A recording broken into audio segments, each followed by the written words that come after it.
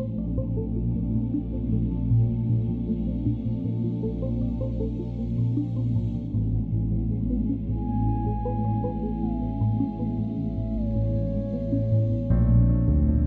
everyone, welcome back to the You're Not Finished podcast. My name is Brittany Franklin. I am the host of this podcast, and I'm really excited to bring you part 2 of David's survival story. For those of you who listened to part 1, I hope you felt a sense of joy, a sense of hope. I hope you felt inspired to share your own story, whether that be on a platform or just with friends and family or with a therapist, if that is a resource that you have access to. For those of you who have not listened to part 1, make sure you do that before listening to this episode so you have context of what is being said here in part 2. Before I get to part 2 of David's story, I just want to remind you that there are new blog posts on the You're Not Finished website, so make sure you're checking that out at www.you'renotfinished.com. If you are looking for an additional mental health resource and you are a Christian or someone who is interested in Christianity and you want to understand how the Bible and how God deals with and understands mental distress, mental illness, and mental disorders, check out my devotional, You're Not Finished, Using Stories of Survival to Save Lives, where it talks about instances in the Bible where biblical characters struggle with mental distress and how God handles those individuals with love and care. Make sure you check that out wherever books are sold. There's also a PDF version on Gumroad. If you want to download the PDF version, make sure you head over to Gumroad for that resource. Also, if you are a woman or a young lady who struggles with the use of pornography and self-stimulation as a coping mechanism, check out the workbook I just released called You're Not Finished, The Journey from False Intimacy to Freedom. That is only available exclusively on Amazon. If you want to know more details about both the devotional and the workbook, head over to www.you'renotfinished.com. Now, without further ado, here is part 2 of David's survival story, where he provides more inspiration and talks about his experience with ECT and how it changed his life. To speak to the points that you just made, which were incredibly beautiful, the tagline for You're Not Finished is using stories of survival to save lives, right? Oh, wow. And so that's why I'm like, it's insane that you're saying, it's not that insane, right? I mean, I feel like everything happens for a very specific reason. So it's not that crazy that we're meeting, that you're talking about sharing your stories, that you're mentioning, people who understand that everyone has and potentially is a story that is used to bring life to others in their darkest times. They have the ability to do it. And I feel like people essentially are created to do that, right? I mean, my belief as a Christian is, one of the foundational beliefs for Christianity is to love God, but also love your neighbor as yourself. And you have to love yourself, right, in order to be able to love your neighbor well. That's essentially what you're describing.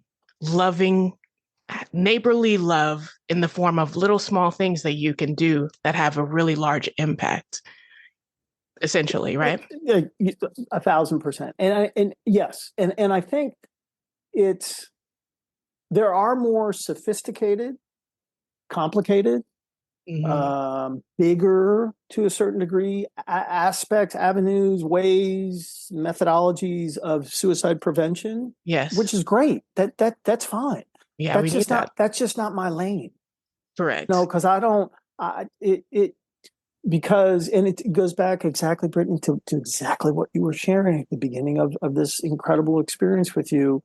It's these methods are, I gain as much as I hope the receiver does. Mm-hmm. So for me, in what I share, when I remember somebody's name, I feel good about that. Yeah. When I ask a question to allow somebody to tell their story, I feel good about that. When I sit down and put pen to paper to express to somebody how I feel or what, whatever the sentiment is, I feel good about that. So it makes sense to me why these methods, it's not about me. It's just kind of like hellness to wellness. These methods came from the universe. It's Yeah. just, all I am is a practitioner, Hmm. and I'm a good practitioner of it. It is. Absolutely. It's, um, yeah. And it's funny, I was talking with my beloved, I'm going to speak at a conference next week or sometime soon. And it's a safety conference for it's the campus safety conference in Atlanta. And so the people who are there they're like police officers and, everybody who's involved in keeping students safe. And I thought, oh, you know what? I got to maybe change what I'm going to talk about in terms of, responses. But then I'm like, actually, like if a superintendent at a school remembers the name of a student and unbeknownst to the superintendent that student is suffering from depression, the fact that the superintendent remembers the name, that can make all the difference in the world. Like, Yep. no, you know what? I was thinking that I had to complicate my methods. And I'm like, I don't. I don't. I Right. got to tell you, if I can, there's a couple of them of really good stories that are. For sure. So the one, I love this one. What we see almost never is there's always a story. Yeah. And I'm not talking about condoning or judging behavior. I'm just saying that just like what's visible is almost never completely, it's not illustrative, if that's a word, of what it is. So anyway, so Yeah. one day, man walks into an animal shelter. This is not a fable. This is a true story. Man walks into an animal shelter and he has this old basset hound mix. And he goes up to the shelter worker and he says, "Hi, ma'am." And the man's like about 80 something. Says to the shelter worker, says, "Ma'am, I found this dog wandering around when I was on my daily walk, and he has no identification. And I thought I should bring him in because you could maybe do something with him." And the shelter worker was like, "Oh my God, sir, thank you so much. That's incredibly kind of you. Would you please fill out just your name and telephone number and where you found the dog, just in case we need to get in touch with you? We'll take him in the back to see if he's microchipped." He's probably not because he's well into his teens and they really didn't do that back then. So sure enough, man fills out information. Lady goes in the back, scans for a microchip and says, "Oh my God, he is microchipped." Hmm. And comes back to thank the man and says, "Oh, okay," and grabs the information, the piece of paper, and then just happens to compare the information. It's the same. This Hmm. is his dog. Wow. So if I'm there, I'm losing my mind because I'm a Hmm. guy that takes care of dogs that have been thrown away, dogs that are old, dogs that nobody wants. Hmm. And like I would have gone nuts. I'd have rained hell on this old Hmm. man. But you know what? You know what? The shelter worker, in the presence of something that made no sense, you know what she did? She asked one question. She looked at him and said, "Sir, what happened?" Hmm. And at that point, Brittany, the man burst into tears. And when he could finally collect himself, he said, "This is Joshua. I've had Joshua since he was 8 weeks old. He's 16. There's nothing more important to me in my life than my dog.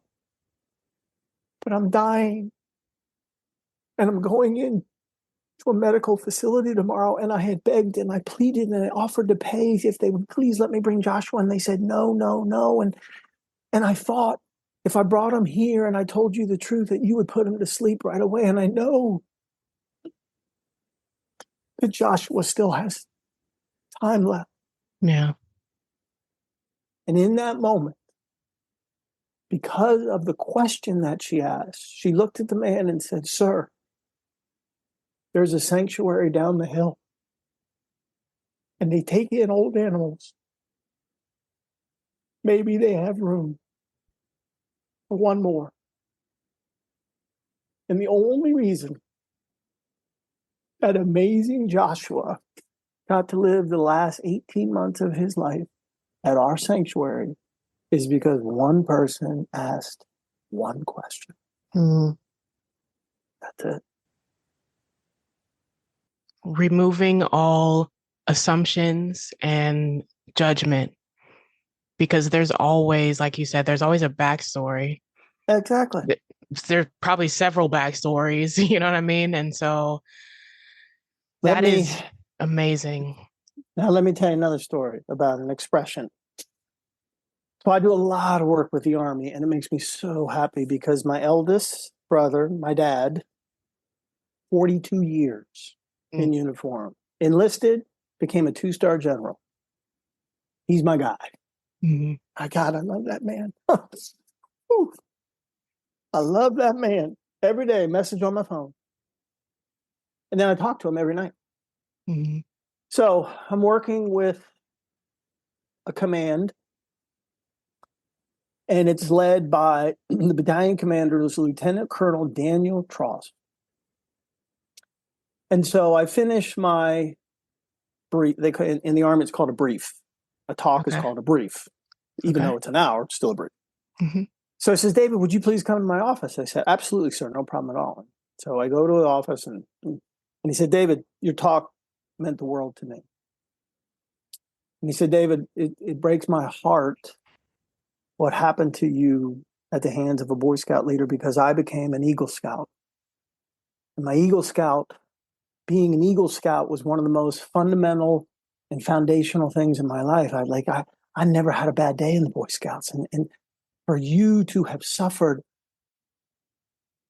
I don't. And then he took his hand and he pulled out his wallet. And he opened up his wallet and he pulled out, and he's facing away from him. He pulls out, it looks like a credit card. And then he shows it to me, and it's an Eagle Scout card. He said, David, this is an Eagle Scout card. You talk to any Eagle Scout, they're carrying this card. I got my card on November 3rd, 1998. He said, this card means, it symbolizes the achievement of what had been a dream for me. And then he gave me the card. And I took it, and I'm like, wow, sir, it's pretty amazing.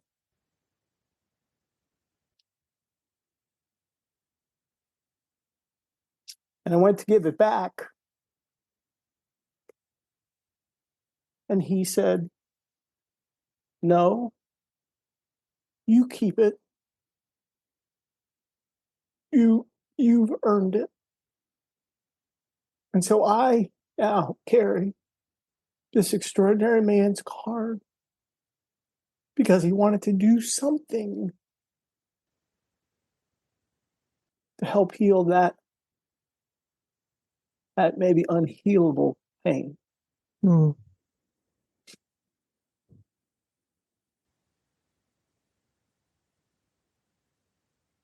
And I have told this story before, and I've had Eagle Scouts come up to me who've been in the audience of various talks and show me their cards and say, the fact that he gave you his card is pretty amazing. Yeah. Yeah. That's beautiful. Yeah. He's I just texted him the other day, just saying, hey, sir, I was just thinking about you and I love you. And he says, I love you too. I love that so much. So in terms of other therapies, so last year was incredibly busy. I was traveling all over the world, literally. Mm-hmm. And it was great.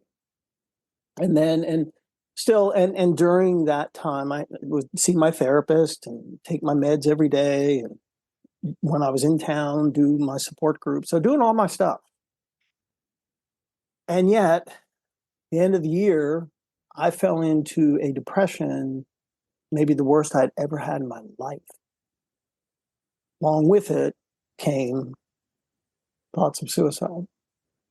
And Summer, my beloved, my fiance, my sweetheart, said, and I don't have really any memory from like Christmas till about March because the depression was that bad. Mm-hmm. She said every day I would wake up and said, please let me die today. So we're like, okay, well, what do we do? Like we're doing everything, like it's like we're doing everything that I would suggest somebody do. Like you're going to therapy and you're in a support group and you're taking medication and what's left? And I knew of a thing, but there was like, well, there ain't no way I'm doing that. And I have a great friend who's a psychiatrist who's just a sweetheart of a man who loves me and I love him. And he guided both Summer and I with the assurance that it was the right thing to do. And so we started at the beginning of the year ECT, electroconvulsive therapy. And what I can tell you, Brittany, 31 sessions later, the last one about a week ago, changed my life. I like to say ECT kicked depression's ass. it just, and you go 31 times, you get to know your doctor really well. And she's Mm-hmm. an amazing woman, Dr. Lauren Marassa. I love this woman. She is incredible. And then the group of nurses that are there, I've gotten to know really, really well. And the people who do the medical transport, I've gotten to know really, really well. And it's amazing. It's not, most people think of shock therapy, they think of One Flew Over a Cuckoo's Nest and the person Mm-hmm. becoming a zombie and everything else. And what I tell Yeah. people is that it's none of that. Like I've done 31 times. I can tell. I've done a lot more than the average person because it was that bad. And Mm-hmm. I'm still going. Now we're stretched out a month at a time. It's just more maintenance now. And we'll do it for about till the end of the year and then just see maybe it's once or twice a year. But it has been nothing but extraordinary. The only thing that you could criticize it for is I have some memory gaps, which is Mm-hmm. one of the things that people talked about. And Yeah. certainly at the beginning in the acute phase, I was going 3 times a week. It was the memory issue was a little bit more, but now, and what Summer will tell me, I mean, it's come back so much. It's pretty rare that I'll gap on something. Mm-hmm. So it was what Dr. Marassa had promised me is that when we got into these phases that are more stretched out, the memory will come back. It has. It's so I don't feel anything. With my 31 sessions, I've also had ketamine that's been injected in addition to the general anesthesia. So I mean, the anesthesiologist always says the same thing every time. He says, "Are you ready for your nap?" And it is an incredible nap. He does the ketamine first, and then whatever. I don't know what the general anesthesia, Mm-hmm. whatever that is, and then I wake up and I'm with I either see Betty or I see Jeremy or one of the other nurses, and it takes me a little while to, like it does for anybody out of general anesthesia. Right. And then it's time to go home. I mean, I got my next one is on the 5th of July. And then I'll go, then it'll be once a month and once in August, once in September. And yeah, but I wouldn't be here. I Right. mean, I still don't know what caused the severity of that level of depression when I was doing everything that I was supposed to do. Summer thinks it was stress from all the work, and but I think, man, I've been stressed before, but man, I never got that bad. Yeah. But in response, there is this thing called ECT that I'm good. I do think ECT's made me a little more emotional because I cry. Well, you know what? It's either made me more emotional or it's actually helped clear some hurt out of the way so I have easier access to my feeling. Yeah. That's what I was Actually, I gonna think it's say. actually I think you know what? I think it's that. Yeah. That makes Yeah. sense. Yeah. But it just for anybody. So for anybody who is considering it, please give it a try. I mean, I have no vested interest, in anybody doing ECT, but I have a want for you to experience, and I'll give you here an example. So a couple weeks ago, awful day, just effed up, just terrible. Mm-hmm. Now in the past, that'd have been okay. You were going straight down to depression land. Like that's like just be ready for the day to be a nightmare in every possible way. But at one point I was like, I'm not depressed today. Like it's a up day. Mm. I'm not depressed. Like, what is going on? Like this is so odd. Like what am I feeling? And then it dawned on me, I'm like, this is disappointment. Mm. Like, this is what disappointment feels like. So I'm disappointed, but I'm not depressed. Like, oh my God, that's That's incredible. huge. Yeah. That's unreal. I told the next time I saw Dr. Marasa, I said, that's what ECT did. Gave me disappointment instead of depression. Like I can You're, manage. I can yeah, manage this. that's what I was gonna say. Like you're able to differentiate between, what the depression and the disappointment and the sadness and or anxiety or whatever other, feelings, expressions, emotions that you're feeling in the moment. Like ECT has kind of opened that up for you Yeah. at the end of the day. Yeah. Can you expound upon maybe what happens? Like you spoke about the, anesthesia part Mm-hmm. of it. Can you speak about just a little bit more about what happens during those sessions and to Sure. your understanding, how long the treatment is? Is it a Yep. lifelong treatment with ECT? Like, can you Yeah. go more into that? Yep. So I go in and I, they give me the forms to fill out, have you been thinking about hurting yourself and, all those different things. Mm-hmm. My numbers are like so much lower than they were at the beginning. So Mm-hmm. go in and then lay down on the table in the, call it the operating room. And then Dr. Marasa will put several electrodes around my head, and then like one up by my heart, and then one down my belly, and then simultaneously, anesthesiologist is putting an IV in my arm, my right arm, and then we'll have a conversation. How have you been? They should look at the numbers, and then they'll give me the ketamine shot, and then the anesthesiologist will say, again, "Are you ready for your nap?" They're going to nap. So I asked Dr. Marasa one time, I said, Doctor, how long are my seizures? How long do they? And she was able to look at the data on her chart and she said, David, they range anywhere from 30 to 45 seconds. Okay. So that's how long, whatever. And I haven't asked, I could, what is the amount of, I guess it's electricity. Mm-hmm. Something is going into me to cause my brain to have a seizure. I'm assuming Mm-hmm. it's electricity, but again, I don't feel any of it. And there's no, like, I don't have there's no bruise. Mm-hmm. There's no wound, I'm not Mm-hmm.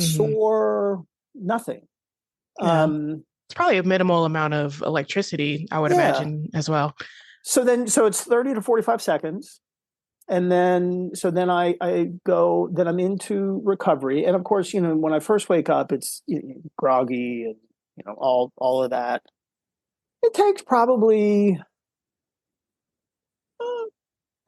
60 to 90 minutes maybe in recovery. I'm thinking, I've never timed it, but I Okay. think that's about, um, and Betty and Jeremy are the two nurses that I'm closest to. And I love them both. And they know what I do for a living. And so they always ask, oh, tell us about your trips. And, tell me this. And I go, well, your ears should be burning because I've been talking about you all the time. And I love you guys. And, So to circle back, when I talked to Dr. Marasa in terms of the treatment plan, so interestingly, the number of sessions that I've had is unusual. It's usually not this many. Mm-hmm. So, and in fact, in the state of California, if a patient usually you're capped at 30. If you do more, the doctor has to write to some governing board to say, okay, well, why, you know, and Dr. Marasa had shared that with me, and I knew why. It's just because of the severity of my condition was just so bad. It was Mm-hmm. just, I mean, I literally have no memory of my life from before Christmas till about March. None. March of this year. Yeah. And Okay. so those first 2 months of ECT, I don't remember. And Okay. I don't think that has anything to do with ECT. I think that has to do with how bad things were. Mm. Like it might have been like the most severe depression I've ever had in my life, which is like, it's like, Wow. how in the hell does that happen? Like you're talking about a compliant dude. Like, I don't get it. But anyway, so I'm talking to Dr. Marasa. So she explained to me. So, I wrote to whatever the board was and they approved it. And so like the last session I had was 3 weeks ago. So I have the next one is on July 5th. And then from there, we're going to do 6 once a month. Will take us to the end of the year. And then at the end of the year, we'll look to see, do we need any more at all? She said she was sharing with me that she has a couple of patients that come in like 4 times a year, just, once a quarter.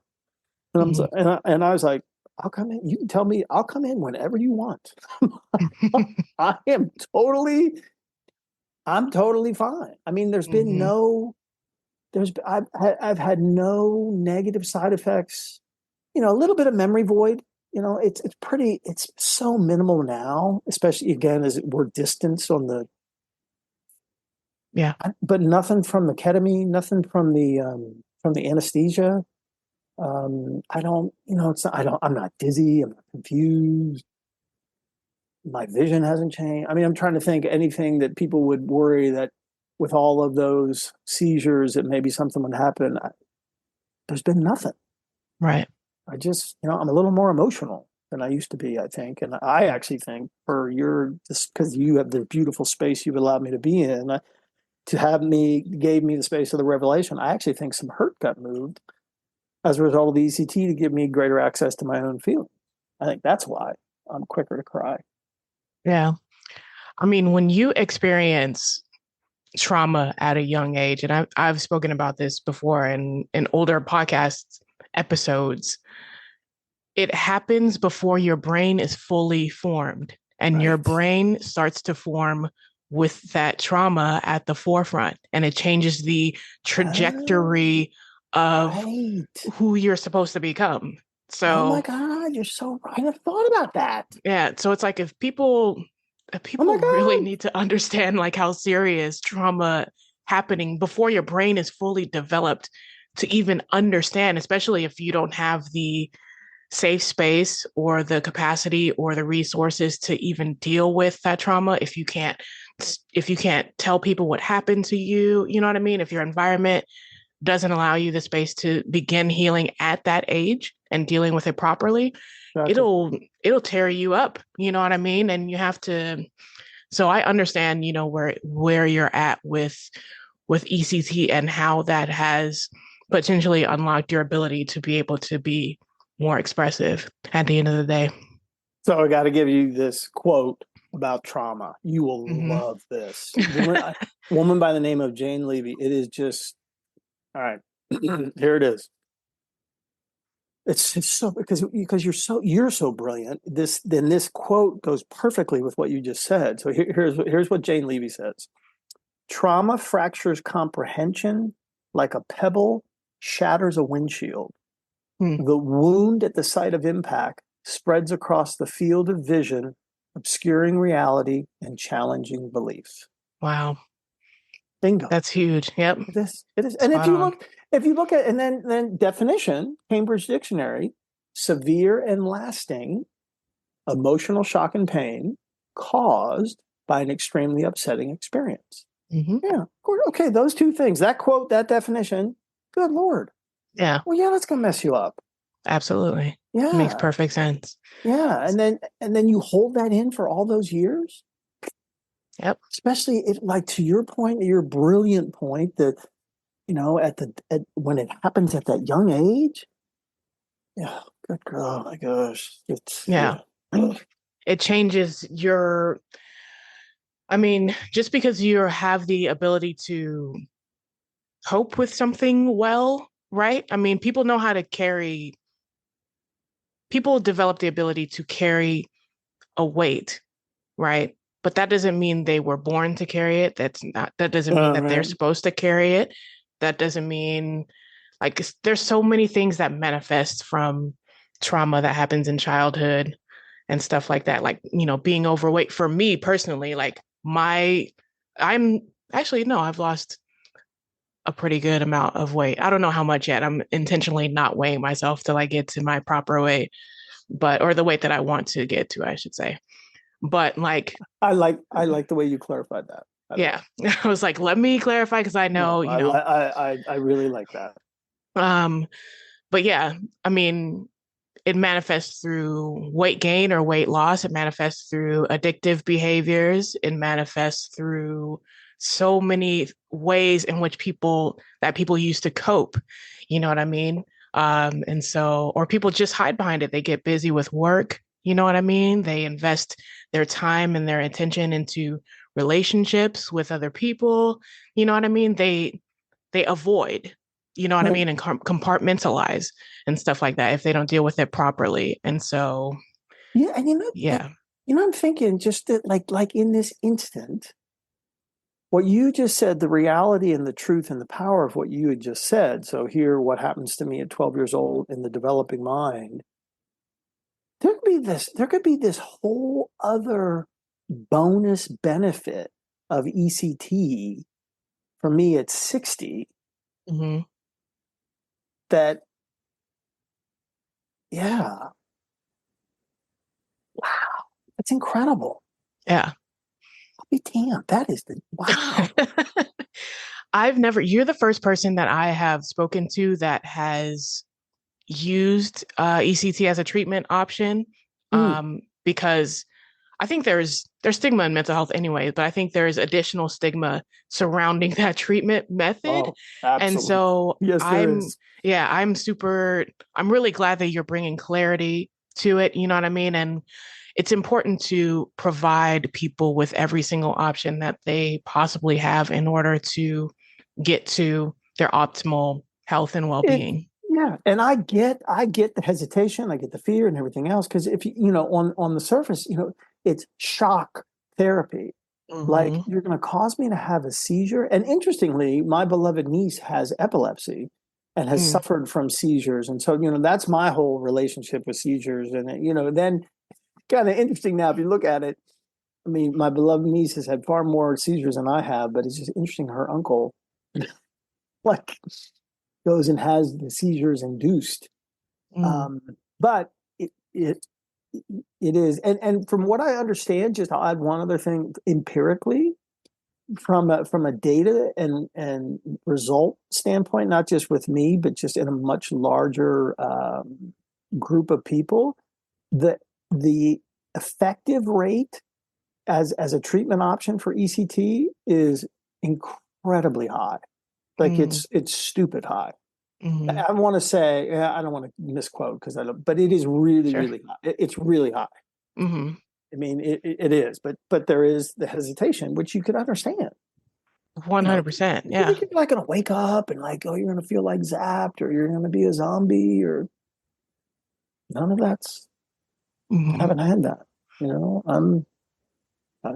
I just had a session like a week and a half ago. Right. I love that. Yeah. 31 sessions 31, and 32 on 5th of July, 32. baby. Next week, I have to go see my team. I love my team. They're That's great people. amazing. They're great people. Mm-hmm. They're just, and I don't feel like a psych patient. I feel like David. You Right. know, They're just there. I was like, oh, so good to see you. We haven't seen you long. You just treated, and I really feel like I'm treated like a celebrity, I love and that. it is, it's so cool. It's just like, yeah. And yeah. So anyway, The thing that I have to touch on that you are alluding to in this point right now is that whatever treatment option that you do end up choosing, for those who are listening, like whatever treatment option works the best for you, it has to be within the context of a good organization, a good set of people who actually care about mm, your well-being, because mhm, there are a lot of people out there who have initials behind their name, but unfortunately they don't have the best interests of people at heart. You know what I mean? That's why it takes so long to with therapy. You have to sometimes try like different therapists because, you never know what their approach is going to be. You never know what the game plan is for them as far as like trying medications. You never know with psychiatrists what they're thinking. You know what I mean? Like yeah, I think when we first met before, I talked about how like when I had my shoulder surgery, how like a bunch of doctors just prescribed me with like 4 to 5 different medication types without or types of medication without looking at my history. right. And if they would have looked at my history, they would have understood that it's probably not a good idea to give someone who struggles with suicide ideation like a cocktail of things that could potentially, lead to something Right. terrible. So yeah, just it's important to vet people and see if they have the heart to actually care about the people that they're treating. And it seems like you have a good set of people around you. Just, I mean, family, friends, doctors, all of that. Like you have set yourself up well to continue to heal. And so I'm personally, I'm really inspired by your story. I'm really touched by it, and I'm proud of you. I mean, this is only our Thank you. second time talking, but I'm genuinely like just honored and proud And to hear about your story. So thank you. And thank it just to be with you. I mean, we're connected now for life. So you're stuck with absolutely. me. And yeah, so thank you. It's just so much fun. I make spending like I could do the day just Hmm. talking back and forth. And thank you for, you've added healing aspects as you and I have talked about in our conversation. So thank you. Likewise. I mean, Brittany, that's huge. Just Hmm. like, yeah, I will cry more now. So Which is okay. no, it is. It's good. 61-year-old men should cry. It's okay. That's the way it is. Yes. It's still men's mental health month. I mean, every month should be that, right? But I mean, Exactly. I am so honored to have you as a guest. I'll probably be bugging you some more to talk about some other things, Please. like outside of podcasting, of course, but I mean, just in general, I mean, you're just a beautiful human being, and I'm really glad to know you. And the feeling is so incredibly mutual. You are just an absolute delight. I love and adore you. You're just Thank you so much. Love you too. you are great. You were really great. Yeah. If you made it to the end, thank you so much for listening to David's survivor story. Like I said in the interview, I had never met anyone who used ECT as a treatment method. And so it was eye opening for me. It was great to be able to hear him out despite my own personal reservations about ECT. I want to clarify some things. He did mention, or maybe not clarify some things, but add some additional context and research to some of the things that he has said. He did say that ECT has a high effectiveness rate. And according to research, that is actually true. ECT is approximately 80% effective when a patient is a good candidate. By comparison, about 50% of patients respond to antidepressant medication. So I want to add some additional clarity to that. You do have to be a good candidate to receive ECT as a therapy method, and all other treatments have to be exhausted. So ECT is kind of like ECT is used for patients who have treatment-resistant depression. That means they have exhausted a range of other resources to try to treat their depression, and none of those resources have worked for them. And so ECT is kind of that, I don't want to say final, but ECT is a step that comes further along the line in the treatment process for patients. And so David actually mentioned that himself, that he went through significant other treatments. He went through a lot of other treatments to try to treat his depression, and none of them worked for him. So I just want to add that additional clarity because, I don't want people thinking like, oh, ECT, let me just bypass all of these other methods that could potentially work for me. And ECT is not easy to just ask for or receive.